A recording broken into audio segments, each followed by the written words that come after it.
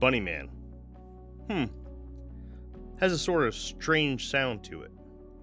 I remember reading about the legend of the Bunnyman Bridge for the first time in a book called Spooky Virginia by S.E. Schlosser. When I first saw the title of the legend, I of course jumped to the conclusion that this was going to be another story involving a local cryptid creature that mended the likeness of a human and a rabbit. Sort of like Goatman, Bigfoot, Lizardman, and many others. Oh man, but I was wrong. This was no story about an upright walking chimera. Rather, it was a story like many others told throughout small towns across America that dug its claws into the locals and burned through the stories passed down through generations. The American urban legend is a wonderful thing. Most places from small towns to big cities have their own version of a man who went mad and killed an entire room of people, or the ghost of a dog who travels an old, forgotten road for all of eternity, still attempting to save its fallen owner, who had perished over a century ago. You would be surprised what your own small town has to offer. Mine, growing up in Middletown, Connecticut, was that of the haunted basement deathbed slabs of Connecticut Valley Hospital, in which we would get together and tell a fantastic story about someone we know who knew someone who knew someone who died in the basement after being tortured by a ghost of a long-gone patient. Every time the story got told, the story got stranger. Tonight, we traveled to Clifton, Virginia, in Fairfax County, where one of these good old urban legends has taken on a whole different life of its own. A legend that stretches far past the border of Clifton and into neighboring Washington, D.C. and the state of Maryland, where a man is said to haunt the Colchester Overpass that houses a stretch of the Southern Railway and the tunnel that is built below it. Where on any given night, someone may encounter a sick and twisted individual known only as the Bunnyman. Welcome back to Infinite Rabbit Hole. Hey. Welcome back to the Infinite Rabbit Hole, everybody. I am your host, Jeremy. Good job, Jake. Happy Halloween, everybody. You see that us here in the Infinite Rabbit Hole are... Yes. We all look great, don't we? Halloweeny. Halloweeny. Yeah. Fantastic, if you ask me. Festive. That's the word I was looking for. We're all festive here. So, before we get going, let's just do the normal whatever, right? So we're going to start with our guest today, Declassified Dave from the Hush Hush Society Conspiracy Hour podcast. What's up, man? How you doing, dude? Chilling. Everything's groovy, as you can tell. Hashtag peace. Right? Not much. Just hanging out in the month of October here in not Brisk, Wisconsin, but Southern California. Yeah. Rough. Yeah. Well, gas prices are pretty rough. We don't have to get into that, but yeah, rough. Rough. I'm doing good. So tell us about the costume, man. What brought you to the hippie? I think I mentioned it before we started recording. My mom's husband, him and I don't get along too well, and he calls me a hippie all the time. So I just decided, you embraced it. Yeah, I don't need a wig. It's here. It is what it is.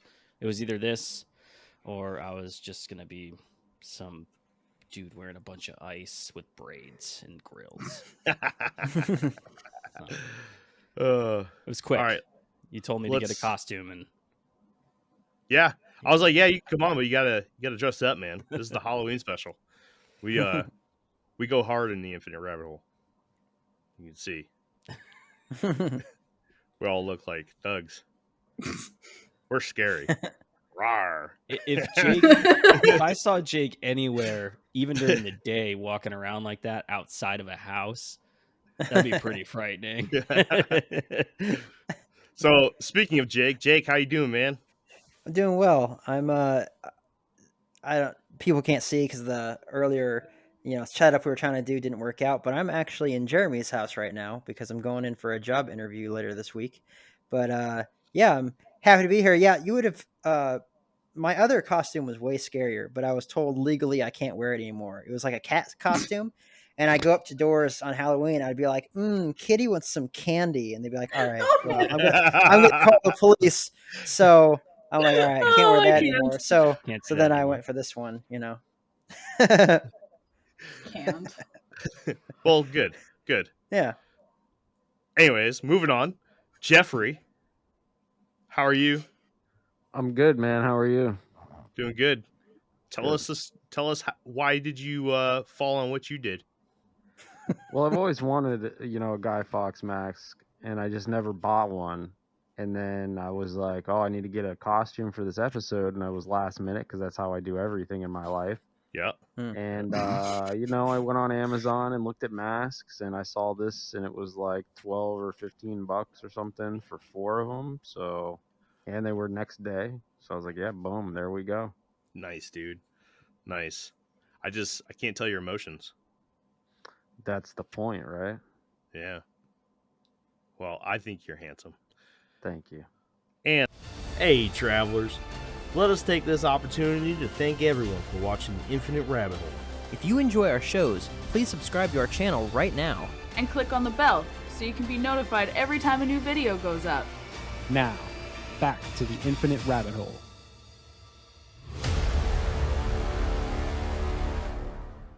And last but not least, the one who probably put the most effort into her costume, Kenzar. Kid, Hi. the jackalope. Hello. Yep. I thought it was appropriate to be the mascot. So here I am. I'm a jackalope. Fair enough.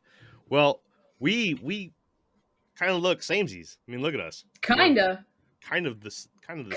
You I'm just cuter, don't have a though. beard. Yeah, Yeah, I'm cuter.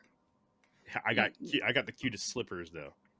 I'll give you that much. Yeah. I'll give you that. I even did my research, and I got myself a glass of whiskey, because jackalopes are assholes, and they like their whiskey. So Ooh, are I you gonna hear. play the asshole today? So, probably not, because I'm Canadian still. Ah, Gotta remember that part, but I'll try. well, and then I fell on my costume because I'm lazy, so I went with something quick and easy. So I'm Ralphie from Christmas Story in the bunny suit because we're doing Bunnyman Bridge, not because of the Infinite Rabbit Hole. It just happens to work out that way. But I am a bunny man. Yeah. Very nice. Nice. Whiskey Yeah. sounds really good. So when your next bit, when you start, I'm actually going to step away to get myself some. Ooh. Whatever, man. Whatever. All right. Were you ready to roll, guys? I'm just kidding, Yep. Jeff. You're good. All right. Let's jump into Bunnyman Bridge.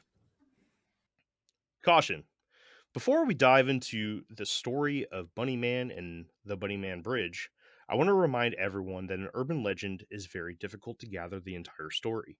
A game of telephone lasting generations often causes the true and or original story to be long forgotten, and what you hear today may be completely different than what you have come to know yourself.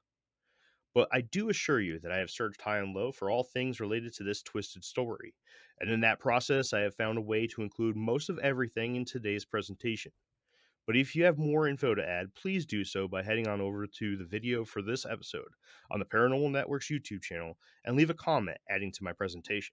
I cannot wait to see what everyone else may know. Now, without further ado, I present our first encounter of the Bunnyman. On the cold night of October 17th, 1970, an Air Force cadet named Bob Bennett and his fiancée, which one of my sources had her name as Dusty, and the rest left her nameless, were quote-unquote talking after they had pulled off to the side of Guinea Road in Burke, Virginia. As they were talking, the glass from the passenger side window cracked into a million tiny chunks just inches away from his fiancée's head. Embedded in the splintered glass, Bob easily recognized the blade of a hatchet, with a distorted image of a man in what appeared to be a large, dirty white robe with bunny ears standing a few feet behind the shattered window. The man pulled the hatchet back out and swung again, causing the window to completely shatter, with the hatchet landing on the passenger side floorboard. As the man took his second swing, Bob started the car back up, and moments after the second impact, Bob floored the gas pedal and sped away as fast as he could. Both Bob and his fiancée reported that the man yelled at them, quote, You're on my private property, and I have your tag number. That same night, both Bob and his fiancée showed up at the local police station and filed a report of the incident. Their accounts of the event were nearly the same, but for one detail. Bob claimed that the man had bunny ears on top of his head, and his fiancée believed that the man was instead wearing a long, pointed hood with the face cut out. Both victims saw the attacker's face, but neither could point the man out or recognize him. 9 days after Bob and his fiancée had their encounter with a hatchet-wielding madman in a white robe, another encounter involving a security guard named Paul Phillips would unfold. During Paul's nightly security routine of the construction site in Kings Park West off of Guinea Road, he witnessed a man standing on an unfinished porch. The man was wearing a gray, black, and white bunny suit and was wielding a large axe. As the two men's eyes met, the man in the bunny suit began swinging his axe into the posts on the unfinished porch while yelling, quote, "All you people trespass around here. If you don't get out of here, I'm going to bust you in the head." Paul quickly drove away for a safe distance before calling for backup. But by the time Paul and his reinforcements returned, the axe-swinging man was gone. And yes, there is a report on record with the Fairfax County Police Office of this event, as well as around another 50 similar cases of run-ins with a crazed man wearing a bunny suit from the fall of 1970. In the report, Paul Phillips described the man as in his early 20s, about 5'8" and 175 pounds. The legend of the Bunnyman began to run wild with 4 articles running in the nationally famous newspaper, The Washington Post, from October 22nd to November 6th of the same year, with titles such as Man in Bunny Suit Sought in Fairfax, The Rabbit Reappears, Bunnyman Seen, and Bunny Reports are multiplying. So, welcome to Fairfax County, everybody. What do you guys think of the first 2 encounters of the Bunnyman? I'd be freaked out, especially in the 60s. I mean, people freaked out. That's when this was the 60s. So people would freak out now. I mean, we had the whole clown thing that happened a couple I years was thinking ago. about that. I want to go back real quick. You said something about one of the hospitals in Connecticut. Yeah. Have you ever been to Fairfield Hills? Is that where the hanging dog is? Newtown. I don't know if No. that's the same spot, but broke into there once when I was a young lad, and went into the basement, and they ended up being not storage, not basement, nothing. They were the lobotomy rooms of that mental hospital for a while, and that was pretty freaky. So never again. Same thing with Connecticut Valley Hospital. It's the same situation. I may or may not have broken in. I incriminate myself. It was a long time ago. I may or may not. I don't know. I don't remember. So allegedly, allegedly, maybe. But yeah. So back onto the Bunnyman. So there's not too much here, right? This just sounds like a crazed dude just swinging axes at people. Now, to kind of bring up why are we doing the Bunnyman? Well, I put a poll up on Facebook a little while ago, asking everybody what they wanted us to do for Halloween, and I put some general topics out there, and everyone wanted a urban legend. Beat out cryptids, I believe, came in second place by a pretty good margin. So, seeing how the Bunnyman actually takes place right around Halloween, I felt like this was a good one to jump into. I voted for urban legend, I believe. Did you? On that survey? Me too. Also, I voted for I cryptid. don't remember what I voted for. My wife even goes, "What do you want me to vote for?" And I was like, "Cryptid." She's like, okay. I voted twice, once for myself and once for my husband, because he doesn't have Facebook or anything like that. Oh, the votes are rigged. I can't remember what he picked, but he picked something completely different than I did. So this is what everyone gets. They get the Bunnyman because you all wanted an urban legend. I mean, I agree with what Dave was saying, that the first thing I thought of was that killer clown thing that we had a couple years back. And I mean, there's nothing new under the sun. I mean, I'm digging the story, and there's no reason to say like, this is made up. Like, I totally could see someone doing crap like that, you know? Yeah. Absolutely. Right. I personally thought this was going to be something more along the lines of like a Dogman type situation. We're just seeing a creature that's terrorizing people and they're going crazy because of it. But no. This is actually somebody swinging an axe at people. Dressed as a giant bunny. So yeah, to boot. So like, sounds like I a mean, pretty yeah, no guy. wonder the Easter Bunny terrified me as a kid. Goodness. And these days, everyone's talking about Dahmer, so I mean, you're gonna have to really step it up with this this bunny man character, because so far he's super mild. Like, Oh, boy. Well, I mean, it's just pretty, saying. it's pretty normal to the par. I mean, in California, you could definitely have somebody coming up with you to a bunny costume right now, today, with a Yep. hatchet and bust out your window at a red light. You know, it's entirely possible on any given day here at this point. So was it October 1970? That would be really scary. Now you're like, oh, it's just another day Right. in LA, man. Like, Yeah. you know. Yeah. And then oh, they're taking a dump on the hood of my car. Very nice. Talk about desensitization. Yeah, I'll hit the car wash later for $18 with my $7.80. Yeah. Right.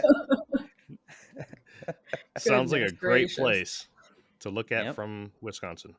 Yeah, Jeffrey, anything? Nothing. I missed the first one, but the second, Uh, I mean, yeah, it just sounds like a crazy man in a suit. Not very smart if you're here in Florida. Bad idea. But hey, Did you yeah. get your whiskey?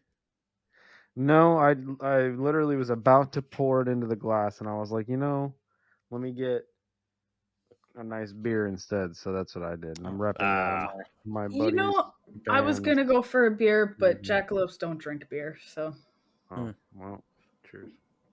All right. Well, let's move on. Let's see if the story gets any crazier. Like most urban legends, the story of the Bunnyman has an origin that is commonly believed. The story goes that in 1904, a bus of inmates from a nearby insane asylum in Clifton, Virginia, were in a bus being transferred to Lorton Prison when the bus suffered a deadly accident, killing the driver and many of the inmate passengers. Out of all of the men who were involved in the incident, only 10 survived. And out of the 10 who survived and escaped the crash, 2 evaded recapture. Douglas J. Griffin and Marcus Wolster were the names of the 2 men. While the inmates spent their time in the surrounding forest evading recapture, the residents of the area began to find skinned and partially eaten rabbits hanging from the trees along the railroad tracks near Colchester Overpass. Due to the concern from the locals, there was a massive search conducted in order to end the horror that locals were forced to live through. And during the search, the mutilated body of Marcus Wolster, one of the escaped inmates, was found in a very similar fashion to the rabbits. Wolster was skinned and hung from a tree along the train tracks, leaving only one person as the cause for all the mutilated bodies in the area. Douglas Griffin was originally locked away for murdering his entire family on an Easter Sunday. As the search closed in on Griffin, police officers participating in the search claimed to hear a maniacal laugh coming from the area of the train tracks ahead. As Griffin came into view, he was spotted running and laughing as he jumped in front of an oncoming train, killing himself instantly.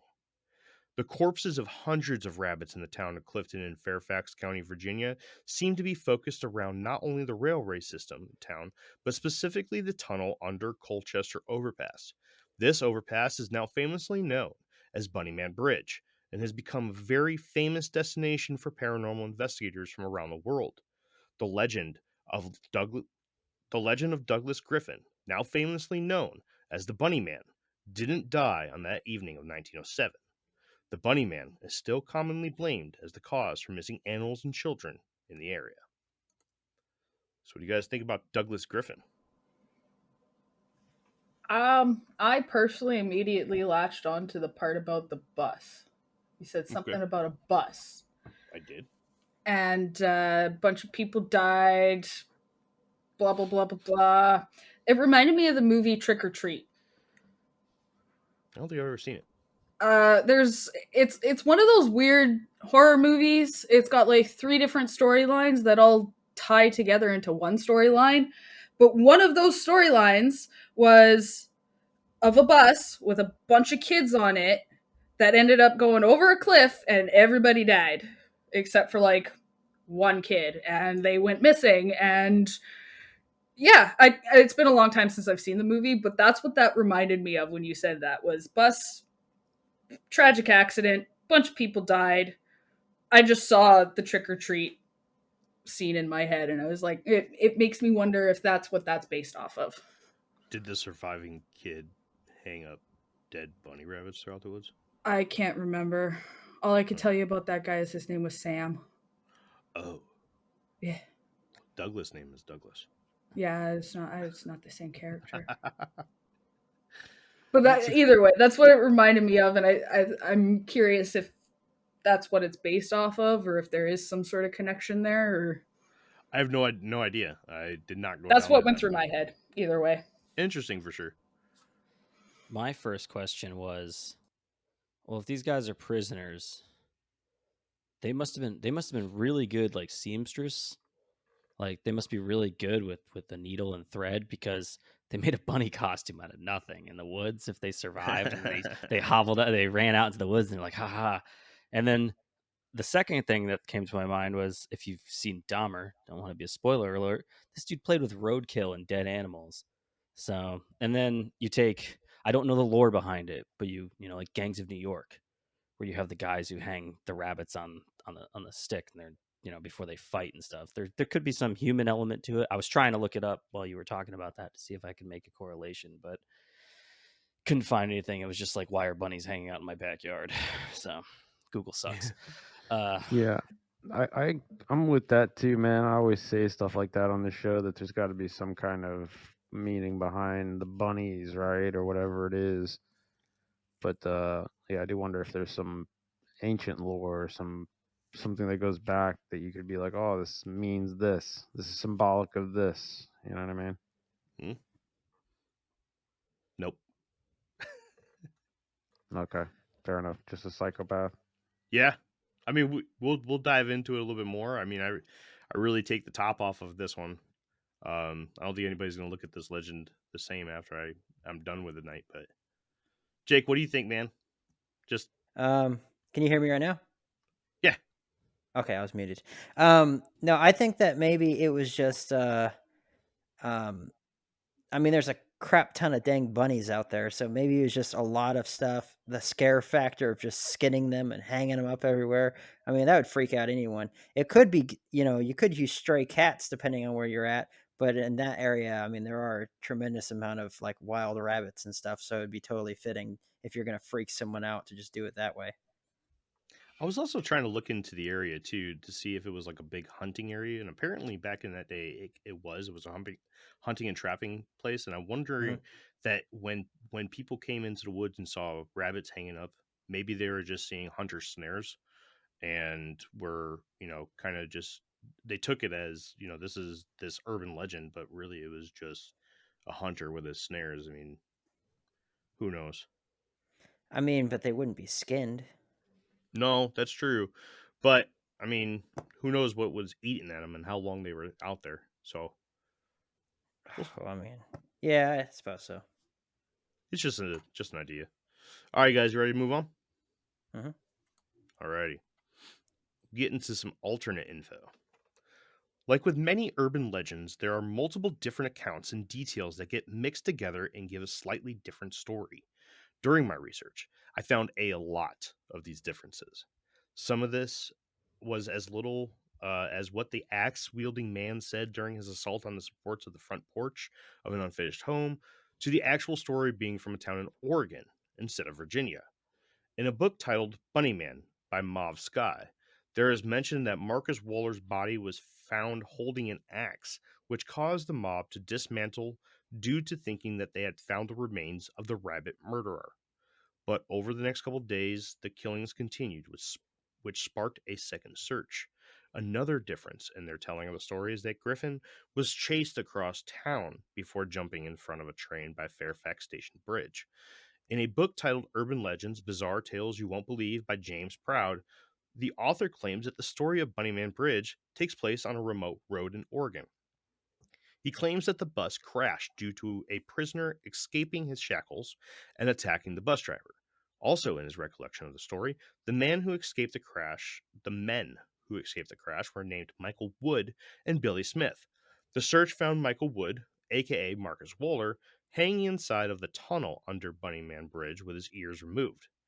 This account of the story is so different that it's hard to believe that it is even referring to the same urban legend. But after researching for anything else close to the same from Oregon, I was able to come up with nothing that proved that it was a different story altogether. In Denver Michaels' book, Haunted Shenandoah Valley, Denver visits this legend briefly at the end of chapter 18. In his telling, he helps make the connection between the events of 1907 and 1970. The reason why people believe that the Bunnyman was in fact responsible for the axe-swinging maniac spotted multiple times throughout the fall of 1970 was because it is believed that the ghost of Griffin still haunts the woods in the area. In multiple sources, a murder of 2 teenagers whose mutilated bodies were found near Bunnyman Bridge has been openly blamed on the spirit of the Bunnyman. NorthernVirginiaMag.com states that Paul Phillips, the security guard who encountered a crazed man in a bunny suit hacking away at the support posts of an unfinished front porch, went to his car to get a gun instead of retreating to gather backup. So, like we see in a lot of urban legends, there is a lot of alternate information. Do any of you guys know anything about Bunnyman and have any alternate info on the general or specific story? No, but I do want to point out the story that I was talking about a second ago, the bus and the kids. Mm-hmm. By the sounds of it, it was totally just a made-up story for the means of the movie. But this one was, according to this, it was an event that occurred in the 1970s. It was 8 disabled children with a bus driver who hated their lives, so they drove into a lake and killed everybody. What a toxic person. Right? Jeez. On Halloween, everybody was dressed up. Again, it's the 70s, so they got super terrifying costumes on, and they're riding the short bus, and yep, Wow. it's terrifying, actually. Yeah. Right on. Just wanted to throw that out there. So, I don't know if it's related at all, but there you go. people who are listening right now may be seeing that there's a little bit of a difference to this type of episode, right? Something that urban legends just really don't have is talking points, right? We can't sit here. I mean, we could sit here and be like, is it true or is it not true? But a lot of urban legends are localized and they're not very widespread. We did another urban legend. Actually, we did it with Declassified Dave. We did the Black Eyed Kids, which is more of a worldwide phenomenon that is part urban legend, part paranormal entity. And that one's much easier to talk about and have a discussion about because of how widespread it is. When you're talking about a very localized area, unless you're talking to a local, it's pretty tough. But what do you guys think about Bunnyman so far? What about some of this alternate information? Black Eyed Children was almost 2 years ago. Just like I know, isn't that that nuts? yeah, that was almost 2 years ago. And that usually goes hand in hand with Men in Black stuff. You know, that's usually kind of just a lot of parallels with that. But the True. Bunnyman thing, especially after you said the ghost thing, I kind of just took a step back and was like, that person's on acid. It's 1970, whatever. Like they're seeing something. One thing that really comes to mind with the Bunnyman thing, and I don't know, you probably have more stories that probably go different avenues. One, we have some crazy guy wielding an axe. One, we have another story of a bus of inmates and two getting loose and being amazing costume makers and making bunny suits and just going nuts. And now you have a ghost story. A lot of this comes to mind with me was like Donnie Darko, where you have like one person that might be seeing something. Like this is one person's account, but seeing Frank, in the bunny suit. That's what I was trying to find, was a Frank costume, but this thing's trying to find a real mask for that. It's expensive. But that's the one thing I think about. I was like, man, everybody has like a different experience with this so far. And so to kind of clear that up a little bit, right? So the bus thing happened in 1907. Okay. And the story from the people making out on the side of the road, or I'm sorry, talking on the side of the road, and the security guard was from 1970. So the theory is that the ghost is actually the spirit of the inmate who died, who killed all the rabbits, and then 63 years later, he's back as a spirit wearing a bunny suit. Sounds kind of demonic. It's weird. Creepy. Really weird. Would It's like not I want to have a encounter that. question.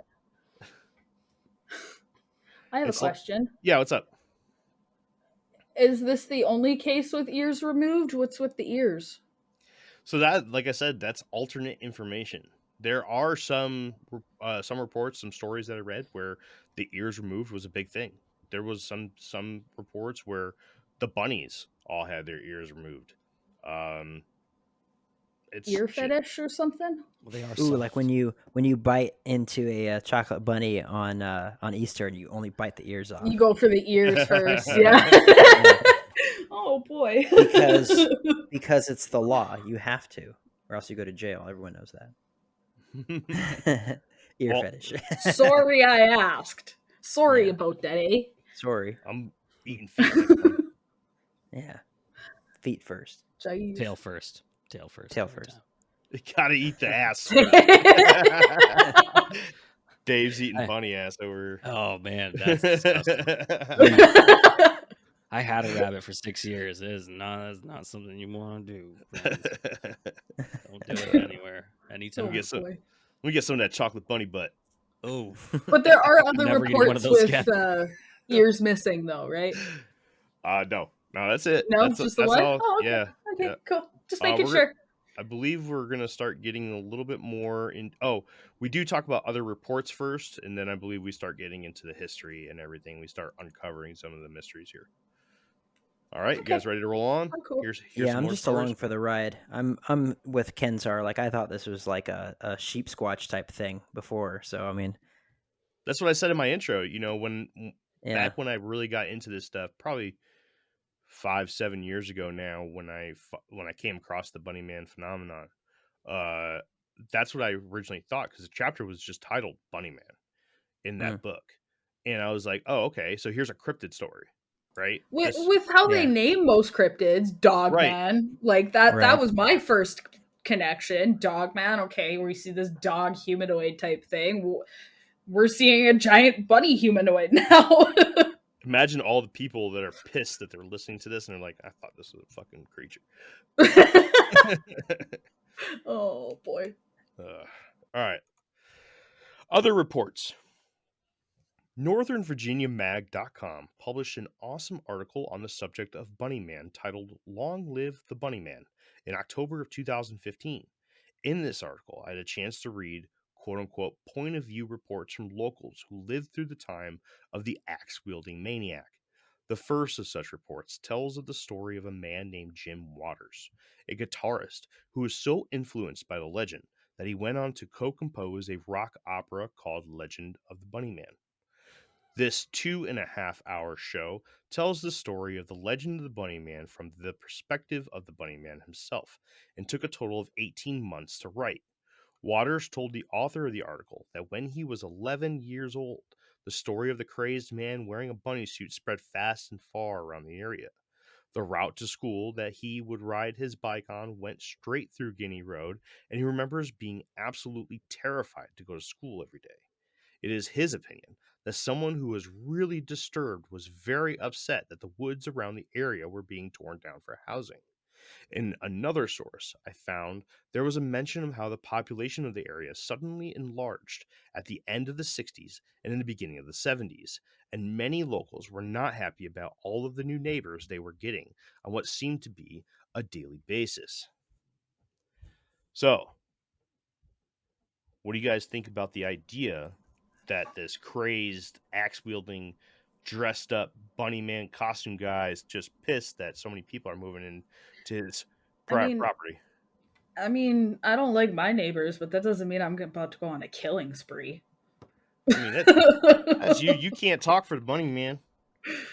I can't think of a better reason too. Fair.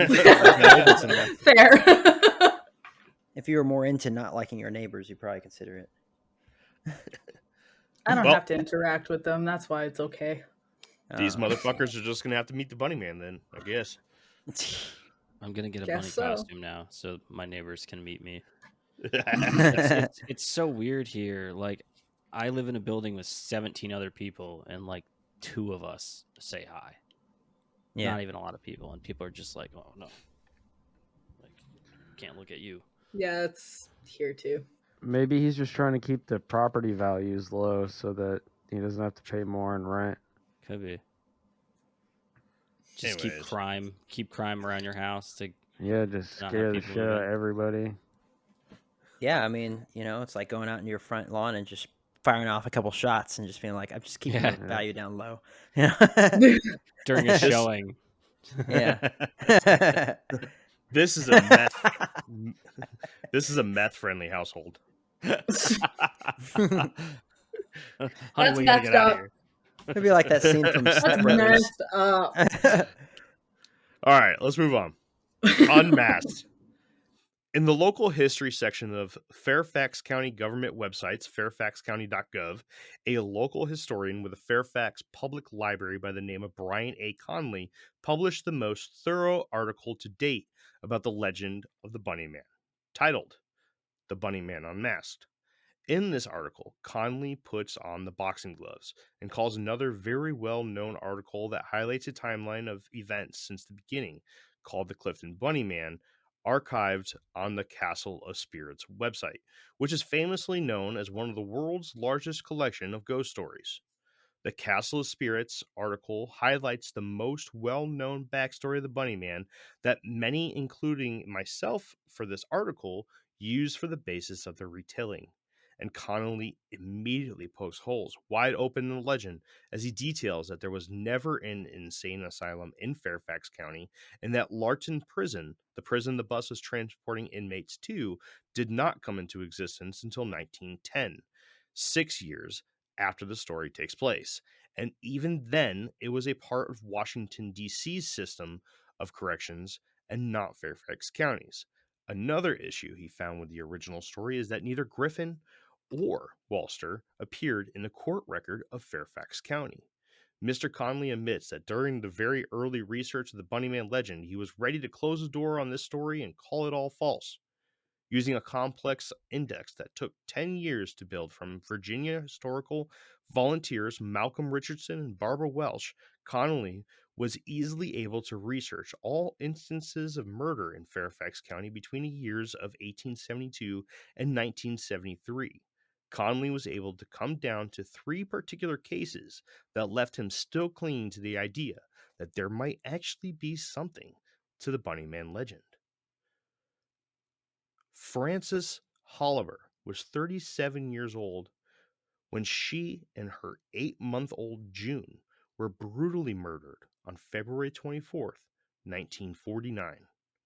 While they were traveling with their estranged husband Charles from a nudist colony in Fairfax County, the car became lodged in mud on a remote road. Frances and her husband argued after the incident, and she would leave the car with the child and never be seen alive again. Charles slept in the car that night and hitchhiked home to D.C., where he believed he would find his wife and daughter waiting for him. To his surprise, they were not there, and when he drove back to the car, trapped in the mud with his brother-in-law, they were both shocked that Frances and June were still nowhere to be found. At this point, Charles and his brother-in-law notified the police, and a search involving Fairfax County officers, Washington detectives, and a local Boy Scout troop was organized. Eventually, the search headed to the colony, just 200 yards away from where the car was stuck, and the shallow grave for both mother and daughter was discovered just a few feet away from the cottage that the family stayed in the night before the argument. Frances was beaten and shot once in the head and once in the heart. As for 8-month-old baby June, she was found clutching to her mother and succumbed to suffocation from being buried alive. Charles was named the prime suspect in the murder of Frances and June Holliber, and later would confess to the murders. On January 29th of 1950, Charles Holliber was sentenced to death by electric chair for murder of his wife and daughter, the second time in history that someone would be sentenced to death in Fairfax County. Holliber's attorney would file an appeal that claimed that Charles was clearly insane, and without this properly established during the trial's time in court, it was impossible for Charles to be given a fair trial. Eventually, the Virginia Supreme Court of Appeals would overturn the conviction, and a new trial was ordered in response. This second trial led to Charles Holliber being committed to the Western State Mental Hospital in Marion, Virginia, where Charles would be officially diagnosed as an insane person. Could Charles Holliber's case be the real origin for the legend's own character, Douglas Griffin? So what do you guys think about that? Could the story of this man who murdered his wife and daughter, now you got to think of the parallels here, right? The parallels between Holliber, Charles Holliber, and Griffin were that they both murdered their entire family, right? Mm-hmm. Do you think that this, because of the location and the similarities to the origins, do you think that this could have been the real birth of the legend of the Bunnyman? I mean, it's possible, but then again, there's a lot of people that murder their families, unfortunately. I mean, shoot, Whitney was just telling me about some couple from where she grew up, like last week, killed their dad and mom killed all their kids and stuff. So I mean, it happens all the time, unfortunately. So yeah, I mean, it could, but then again, it could just be the location is similar. Uh, who knows the sort of issues that are out there. Especially in the time frame. I mean, I have no idea, but I mean, it's possible, right? I think so. I think it's very possible. What do you guys think? Anything? Yeah, same. I mean, who knows where this originated, right? Like, pick your serial killer in the area. But yeah, it's kind of fucked up. I don't know. I was listening to you talk, and I'm like, wait, haven't you told this story already? And it all sounded the same to me, and I was really confused at first, and then you explained everything at the end there. But I got your back. yeah, I think it's more coincidental. Yeah, Maybe just two crazies in the same vicinity. I get you. All right, so you guys ready to move on? Hear a little bit more? Mm-hmm. Diving further.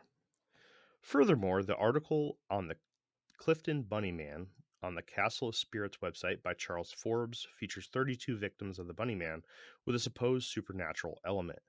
But going back to 1980s, in archived newspaper articles throughout the Fairfax County area and stretching as far as areas of Maryland, Brian Conley was only able to uncover 3 separate stories in which a supernatural effect seemed to have possibly taken place, but were also easily debunkable with normal means, none of which were represented in the Castle of Spirits article. This famous article seemed to be just another form of fiction surrounding an urban legend, built off fantastical stories passed down in a never-ending game of telephone. Or was it? In Brian Connolly's article titled Bunnyman Unmasked, a Washington Post article published on November 11, 2000, highlighting a collection of urban legends and stories throughout the area compiled by 3 Maryland major universities titled the Maryland Folklore Archive. This archive featured legends from the state of Maryland and the surrounding areas from the 1950s through 1990, Students from these universities collected, transcribed, and researched all of these urban legends in a collective effort to adequately document the vast history of Maryland folklore and legends.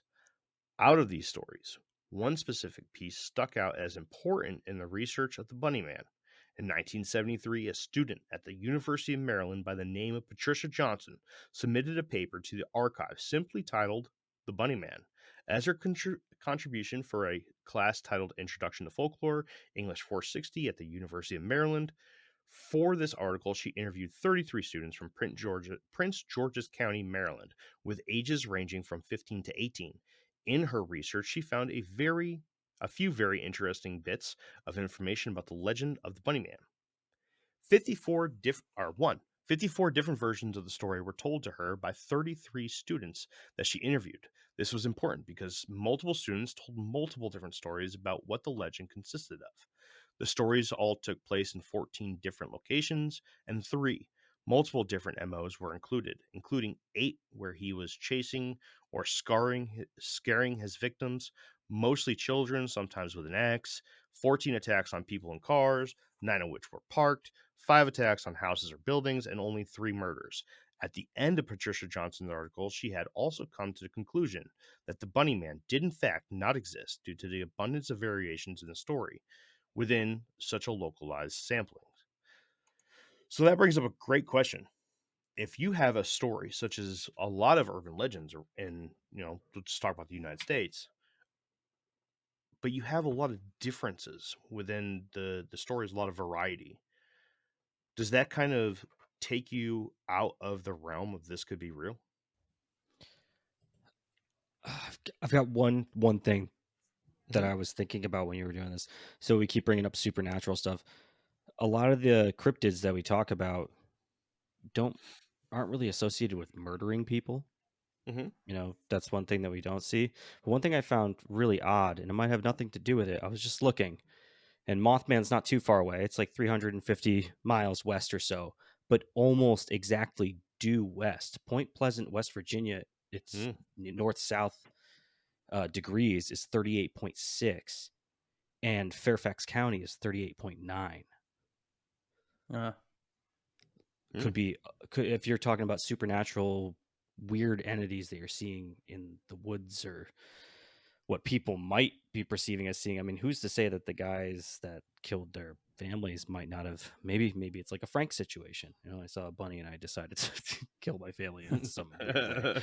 But I don't know. I just found that I wanted to just look that up, but I found that kind of weird that they're both about at 39 degrees north.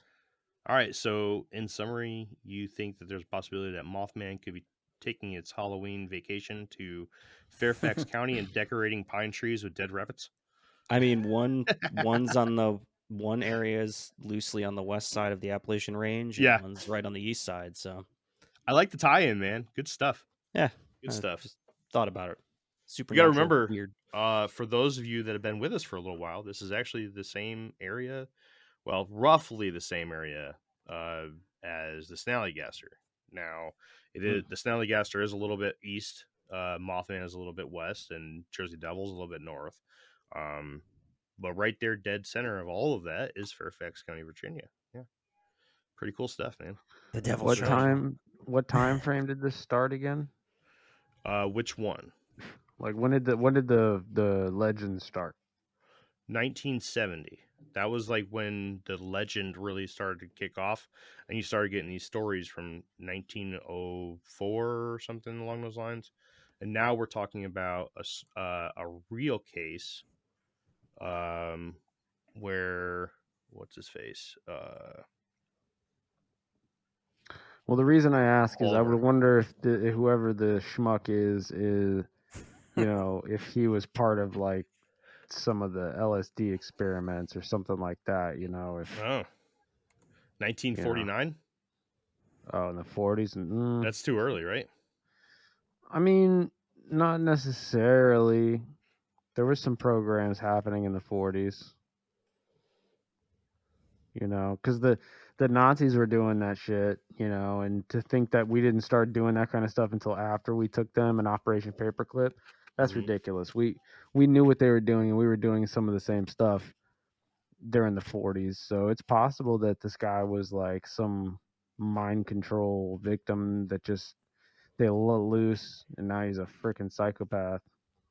Well, we just Jeff? released the episode on Manson, and after the many handfuls of times that he's been incarcerated, a lot of the times we made the ties that he was not an informant with the CIA, but definitely was forced to work for the CIA and was administered some type of psychedelics and drugs, which probably led him to brainwash the people that committed the murders. Well, So, I've heard that he was a victim of MK Ultra. absolutely. I've heard that as well. Absolute. That dude definitely. And I mean, I think he that was had arrested. a lot to do with why he was so bleh. He was arrested like 20 something times before he was like 25, and he was released every single time, which is strange because some of the offenses that he has are like child molestation, and they're like, get out, Jeez. we got you. But then he's also definitely was on drugs, so there's that too. But where did he get those drugs? I don't know. From the CIA. Yeah. They could have been brainwashing people. You got to remember too that Point Pleasant parallel too. That was what 1967 when the bridge collapsed and the Mothman thing came up. So that's only a couple years and a couple hours down the road. So Yeah, for true, man. Good stuff. Jeff, I love how you could turn anything into a government conspiracy. Love I mean, It's what he's best at, isn't it? it. thank you. But is All right. space real? Debatable. That's when I tell people about my co-hosts, I specifically say Jeff thinks everything is fake. People love it. Florida's fake. I've turned people over to this show and Shadowban by saying, I know a guy that thinks space and rockets are all bullshit. And they're like, oh, really? And they go right on over. Oh, yeah. That's awesome. Jeff. Jeremy, to answer your question, yes, I think that all that variation in the legend and stuff probably adds to this idea that it's all completely fake. But I do believe that most of those urban legends start with some line of truth, and then it kind of blows up off of that. So if the murder happened and then everyone's running wild with it, I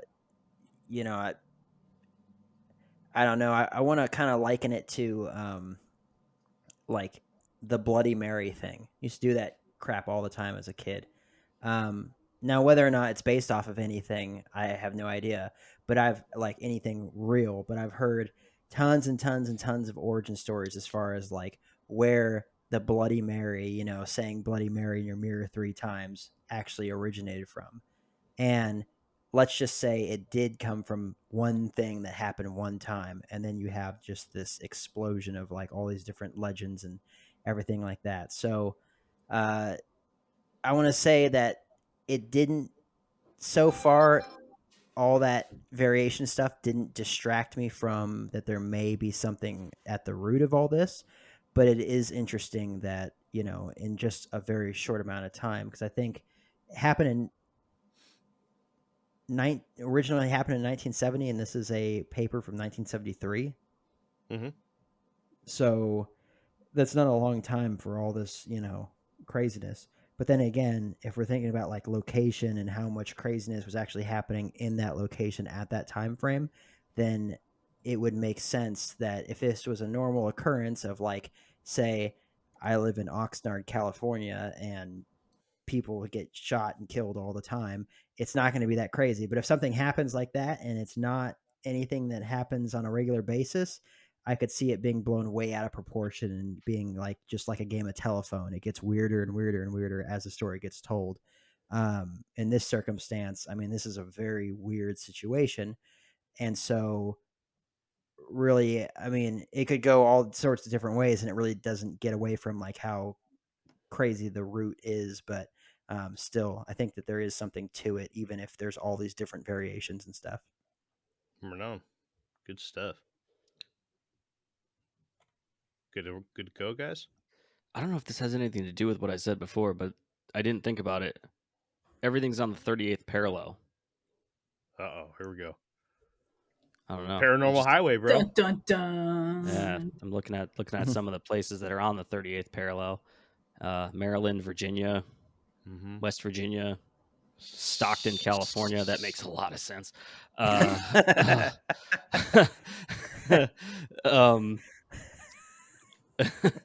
But some interesting spots. I mean, all over the world. Obviously, it's known for Korea, but I don't know. North or south? Actually, it splits Korea. It splits. Yeah, it splits Korea. This is getting me some like murder vibes more than paranormal. Yeah. Urban Yeah, legend. man. I don't know. I just feel like people getting. How many murders did you say happened over a course of? Well, so to be fair, right? It's tough to nail down. Now, what we had just talked about, we were talking about man, what's her name? I'm trying to look for it. Patricia Johnson from the University of Maryland, who wrote this. She was specifically talking to the students. Now, she got 54 different versions of the story told by 33 students. So one student was actually telling multiple stories multiple times, right? So you get one student came in, told 2 or 3 versions of it. Another student came in, told one. Another student came in, told 2. It went on like that. And the only actual murders that she can find that could possibly, or murders that were told in the stories from these kids that she interviewed, there only 3 of them ended in actual murders. But as for the act, like what the folklore behind all this, I think somewhere in this research, I said something around 50. I'm having to look back now, so kind of stuttering over my own words here. But I want to say it was somewhere in the 50s was in some of the reports. I can't find it. Super interesting.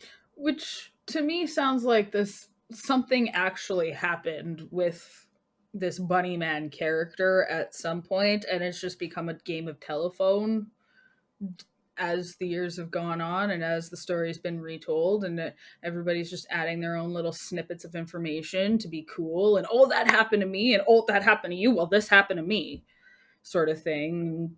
Game of telephone. Like Jake said too, with the Bloody Mary thing, didn't Candyman rip that off? There was the whole thing in the mirror. Candyman.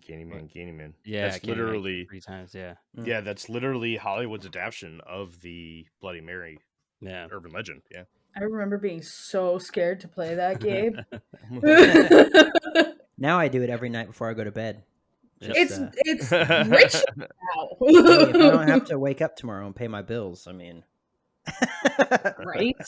I could have to go to the store and pay gas tomorrow, so I'd rather rather go through that. Give me Candyman, bro. Let's do this. All right, let's move on. Real origins.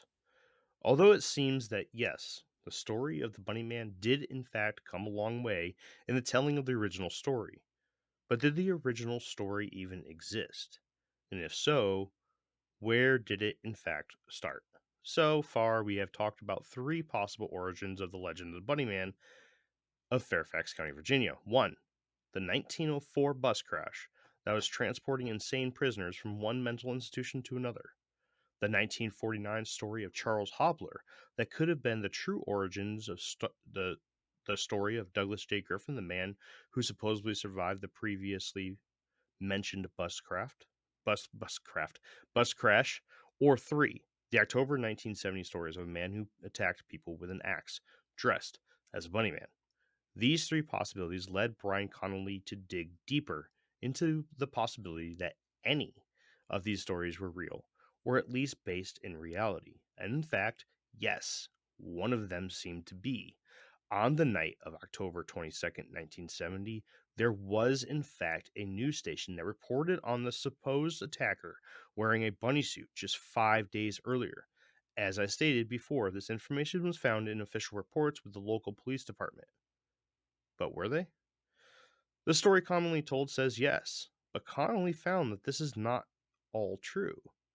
After contacting the Fairfax County Police Department, he learned that they, in fact, do not have any records of an October 17th, 1970 attack on a young cadet and his fiancée, but on the night of October 29th, 1970, there was an incident that 6 police officers responded to in the under construction subdivisions of Kings Park West, which was around the same date in the exact same area that the security officer in one of the original stories claimed to have come face to face with a man dressed in a bunny suit attacking an unfinished porch with an axe. And yes, that is what was reiterated in this official report as well. After the 6 officers arrived, there were no signs of the bunny man, so the case was turned over to a man by the name of W.L. Johnson of the Criminal Investigation Bureau. After interviewing all witnesses of the quote-unquote white rabbit, as it was being called at the time, Johnson released this statement. Quote, after a very extensive investigation into this and all other cases of this same nature, it is still unsubstantiated as to whether or not there is a white rabbit. All of the witnesses of this quote-unquote white rabbit were substantially young children between the ages of 7 and 12, who after interviewing admitted to not seeing the perpetrator themselves, but rather hearing about it at school or on the nightly news. W.L. Johnson's case on the white rabbit was and is still marked as inactive. So, we just learned that yes, the attack on the security guard while he was checking on the under construction houses in this particular division, there was a madman dressed as a bunny. There was an official police report. There was 6 officers that responded. So the original story of him retreating, calling for backup, coming back is true. As for the cadet and his fiancée, there is no police report, even though the urban legend clearly does say that they reported their incident to the police station.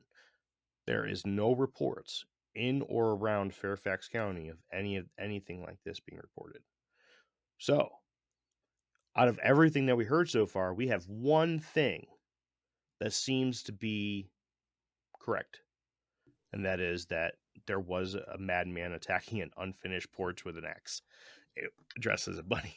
Right around Halloween too, so Yes. that would make a lot of sense. October 29th, so that's I was even gonna ask, once you brought that porch back up, I was gonna ask, did we go find said porch and see the damage that was created? But if there were 6 officers involved, I'm sure we saw the damage created. Yeah, 1970. I mean, they probably did take photos, but maybe not. I don't know. Yeah, who knows? That's what I was stuck on, was where's this damaged porch? It's somebody's house. Or it was. Until Bunnyman got to it. Find the house and just sit outside and be like, can we check out your back deck? I just want to see if this is the Bunnyman house, dude. Yeah. Could you imagine like someone showing up and like, yeah, well, see, listen, this is what happened. This guy. You have no idea. I bought this house in 1984, man. Like, you have no idea. Good stuff. Jeff, you're quiet. Yeah, I'm sorry. I'm a bit distracted this evening. Oh, okay. Is it my suit? Yeah, that's part of it. Okay, good. Good. I love you too, buddy. Is it the acid? That's That's the other part. Yeah. I don't answer questions. I was gonna get a fog machine and put it in here, so it just looked like I was completely blazing it up. Baked out. Maybe it would have permeated through the camera and gotcha. All right, let's move on. Yeesh. So, with all that being said, there is what I believe to be the true story of the Bunnyman. On the evening of October 22nd, 1970, a local news station in Fairfax County, Virginia, reported on an article of satire in lieu of the upcoming Halloween celebrations. Whether or not the news station reported on it as a way to expand the spirit of the holiday, or if they took it seriously, many children witnessed this report as they were sitting down to eat with their families in the evening. This part of my theory is concluded directly from Brian Connolly, Patricia Johnson, and W.L. Johnson's reports on their interviews and investigations, indicating that an extremely high majority of participants, or quote unquote witnesses, were between the ages of 7 and 18. From these events, word spread quickly at school, and the origins of the Bunnyman were created in the schools of Fairfax County and the surrounding areas. The backstory of the train was most likely born as a clever way by one or a few individuals as an origin story of the paranormal side of Bunnyman, a paranormal side that sadly has no evidence of being true. As for how the bridge, now known as the Bunnyman Bridge, came to be tied to this legend, my best understanding is that in 1970s, this overpass was not very developed and was considered to be a hotspot for couples to park their cars and do a little investigations of themselves. ... Most likely, it was attached to the story as an attempt from a young man to get a girl he liked to sit a little closer when parked in the area. And just like all other stories, the legend was built brick by brick off of that foundation, to a point in which the location of the Bunnyman Bridge and the area of Guinea Road, where the cadet and security guard witnessed the man in a bunny suit swinging axes 7 miles away, became eternally tied together forever. And there. This is my theory on the urban legend known only as the Bunnyman of Fairfax County. What a letdown. So, I'll tell you about a little local legend over here, right? It's the ghost car. And there was a Yes. specific road that you would drive down, when we were in high school. And this road we would go, it was in the middle of nowhere. And this is where you could go so you could do things that you might not be supposed to be doing and feel secure and safe, right? So we would do these things on this road, and there would always be this car that would show up down the road behind us, and then it would just seem to disappear, right? Now, as we've gotten older, we know exactly what's going on, and it's, of course, there's no ghost car. Mm-hmm. But the legend of ghost car still exists. It's still a road. We still pass the road, me and the homies, and we're like, there's ghost car road. So you give that 30, 40, 50 years, you're going to have some people who really think that there's a ghost car. Yeah. And that people are claiming that they're racing it, and Mm-hmm. someone got hit by it and killed, and now they're being used. Their blood's being used for gasoline. That sounds like a terrible episode of Scooby-Doo. And I would have murdered more innocents too if it weren't for you meddling kids. Meddling kids. Oh boy. So what do you guys think of the theory? Does it make sense? Yeah, it does. I feel like yeah. No, not at all. Okay. I don't have any reasoning, but everybody else said yes, so I got to be different. Drink. Oh, that's fair. Drink. Yeah. Ace is fake. Drink. Space is fake. But yeah, so that's not all I have. I have an outro. But before we do that, any final thoughts? I mean, urban legends are tough. There's not much that we can really debate on this one. When you look back at the history of the area and you look at records and everything, like some people have taken the time to do, there's just not much here, unfortunately. Now I want to highlight the one article on that one website, right? And if anybody goes to that website, they're going to see a bunch of different things about kids hanging from bridges and a ton of stuff, like how bunnies are still seen in the woods to today around Halloween. But unfortunately, none of it's true. there was never any cases of kids hanging from bridges or being mutilated like the rabbits were with their ears missing or anything like that. It just didn't happen. Yeah. Doesn't mean that it can't start happening. Oh, jeez, Jake. Oh, How far? Where are boy. you from Virginia? I'm far. Oh well. Yeah, no. Oh, Might need to make a boy. trip. You got that one kid that actually saw a bunny. That's like Yeah. in his like 70s now, and he sees you, and he's just like, "Oh God, oh no!" It's coming back for me. Stuck in that bucket seat with no child restraints in the back of the car in 1970. Cigarette smoke Okay. permeating the car.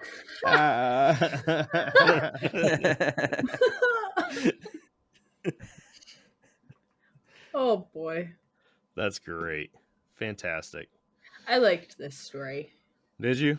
This was fun. Yeah, it to me it just sounds like a giant game of telephone. And then now like I listen to a podcast called No Sleep Podcast. It's just a bunch of scary stories. Who's to say that people aren't taking the legend of the bunnyman and creating their own stories? Now you got a whole new legend on the legend, right? But Right.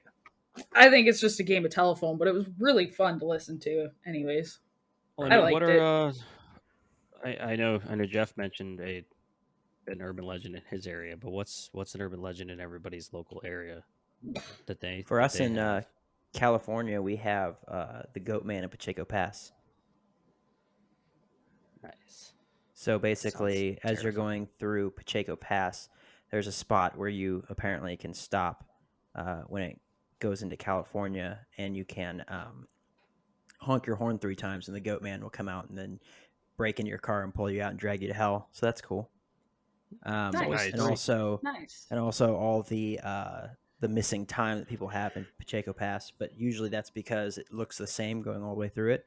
People tend to zone out, and so they'll zone out and go into autopilot for like an hour, and then they'll wake up and then be like, "Oh my gosh, where'd all that time go? How'd I get over here?" It's like, well, you drove there, and you could have killed yourself and just not known it, Yeah, Which- it's like driving straight through Indiana or Yeah, Kansas or just just get that like, tunnel wow, vision. when's the next sign? Yeah. I need some entertainment. Jeremy, have you All ever right. heard of Pygmy Village? Yeah, that's the Okay. isn't that the fairy village?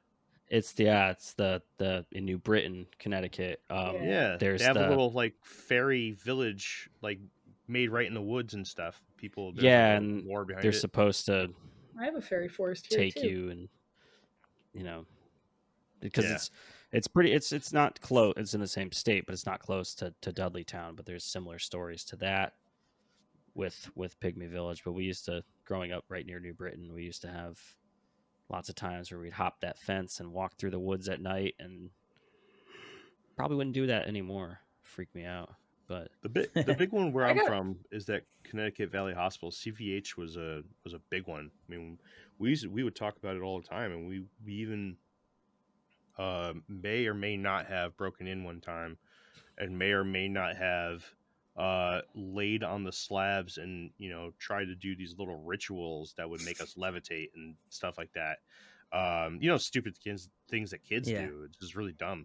yeah, satanic rituals. Yeah, kids Oh, do it all Yes, the time. yeah, just children in middle school just doing satanic dripping rituals. blood on yourself, saying "light as a feather, light as a feather." Right. Yeah, yeah. What's funny is that's exactly the Yeah. exact quote that Everyone we would did say. that. Yeah, everyone did it, Yeah. right? And we would, or we wouldn't, one of the two, break into the basement of CVH and sit on these big giant cement slabs, and I don't even know what the slabs are for, but the stories that were Demonic coming. rituals, yeah. Well, everyone thought that they were Obviously. for autopsies. That's what the So, going thing was, because these giant stone slabs were surrounded by tile with drains. It's like, Yeah, that's an autopsy. yeah, that's Yeah. exactly what it was used Yeah. for. Yeah, and I just laid up, or may not have laid up there a couple times, and yeah, I mean, I got chased out of there by some, like when you walk up the stairs and it's night, like dark out, and you get that little rush up your backside. And you're like, whoo, gotta get up the stairs pretty quick. Just imagine being a middle schooler in an old penitentiary. Yeah. Moral of the story, kids: no B&Es in No abandoned B&Es. Yeah. So I may or may not have done it. I've got a little fairy forest here in my area too. People make their little it's like a little birdhouse, and they paint it up, and they name it and everything, and then they take it to the fairy forest, and they every time I've got a cousin, or I've got a niece who would just love it. She would just leave a fairy house in the fairy forest, and it's bad luck if you don't leave a house for the fairies in the forest. And it's actually kind of creepy. You walk in, you don't expect it. You're walking along the trail, and then directly to your left there, right, whatever, left, right, doesn't matter. But right there beside you, all of a sudden, it's just birdhouses. Yeah, And they go from anywhere from this tiny little 1 by 1 inch square house to massive little doll houses, and people purposely make these houses and put them out there for the fairies. yeah. Would you, Dave? You said that. Not really similar, but kind of the same idea. Dave, you said that was in Waterbury. Pygmy Village. Yeah, New Britain.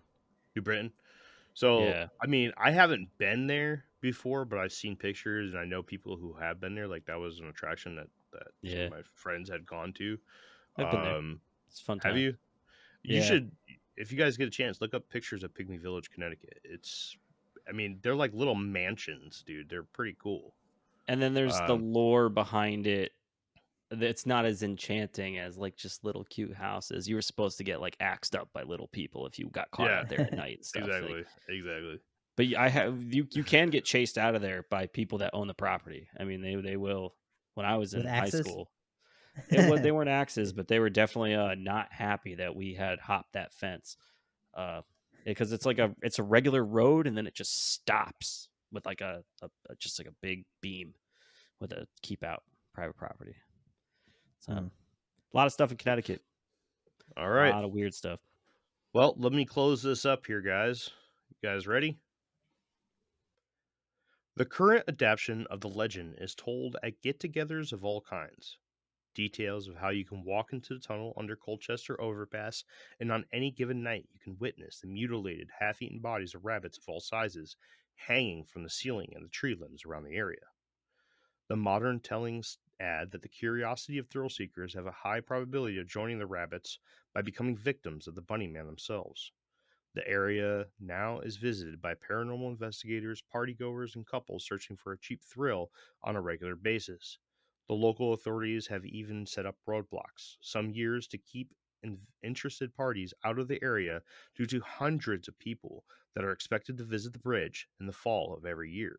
The legend of Bunnyman and Bunnyman Bridge still lives on strongly in local communities and paranormal communities alike. Sightings still trickle in of sightings of axe-wielding furries dressed as rabbits in the middle of the woods, or mutilated, skinned, and half-eaten bunnies hanging from trees along the railroad to local authorities, but upon investigation, nothing is ever found. And maybe, just maybe, there is something to the idea that the closer you get to the Halloween season, the more signs appear proving that the Bunnyman is still roaming the woods in Clifton, Virginia. The end. So that's it, guys. That is Bunnyman and Bunnyman Bridge of Fairfax County, Virginia. Woo! Ooh. It sucks that there's no real murders to substantiate the story, you know. Right. And it is one of those next time.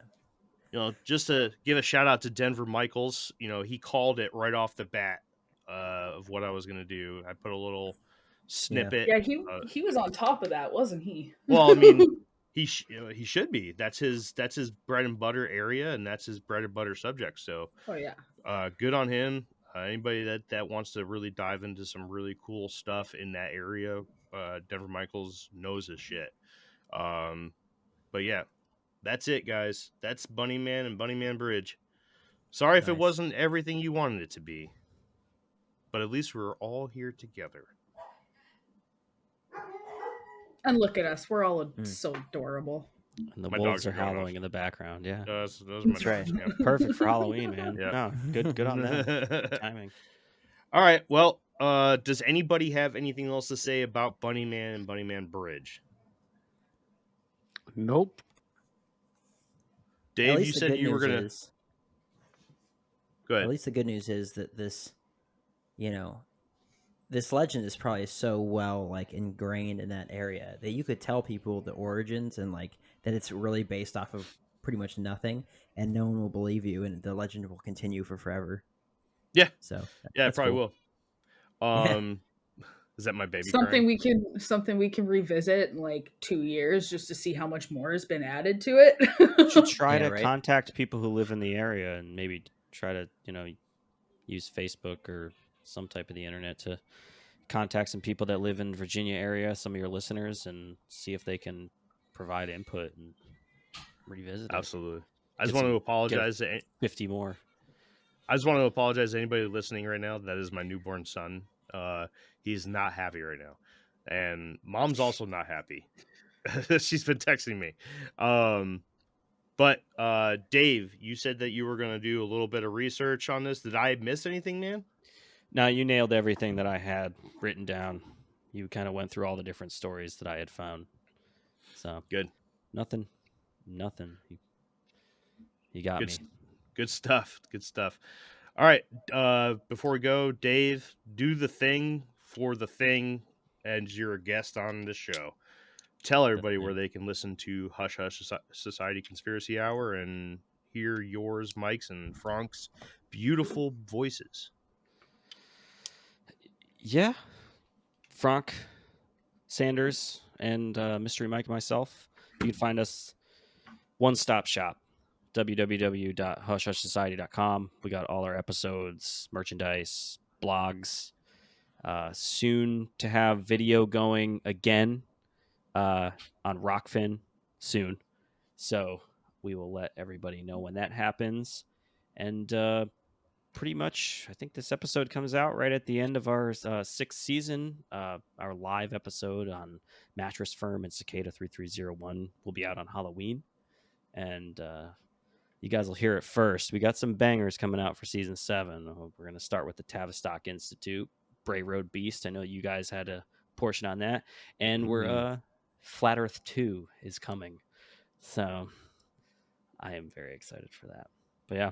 Nice. Find everything, hushhushsociety.com. We've got a Patreon, www.patreon.com/hushhushsociety. We got about 10 hours of extra stuff on there, from conspiracy news monthly and extra debriefings and Mystery Mike's disgusting cryptid erotica. You say disgusting, I say sexy. They are fantastic because most of them, well, half and half, are written by me but spoken by Mike. So it's a joint effort. Well, very well. Oh, So, Jake, Jeff, Kid, you guys got any final words or anything to say to the travelers before we go? Hey, happy Halloween. Halloween. Yeah. Happy Halloween, everybody. I hope you enjoyed the story of Bunnyman and Bunnyman Bridge. I hope I didn't ruin it for you. But either way, did some deep dive, and this is what I found, so this is what I reported. I hope you guys And if you have see a great Jeremy Halloween. outside your house, don't freak out. Don't freak out. He's just going to mess up your porch. It's not that big of a deal. Just the porch. As long as it's unfinished. I won't touch finished ones. With the wood like prices these days, like Yeah, no. I'd be pissed. I'm gonna be freaking out. you better not. You better don't. Yeah. Well, oh boy. thank you, travelers. Thank you to everybody watching in the Paranormal Network or listening to your favorite podcast player. Please check us out on all podcast platforms and on the Paranormal Network's YouTube page. InfiniteRabbitHole.com is your one-stop shop, as Declassified Dave would say, for anything Infinite Rabbit Hole. Until next time, travelers, we'll see you. Goodbye. Bye. Bye. Bye.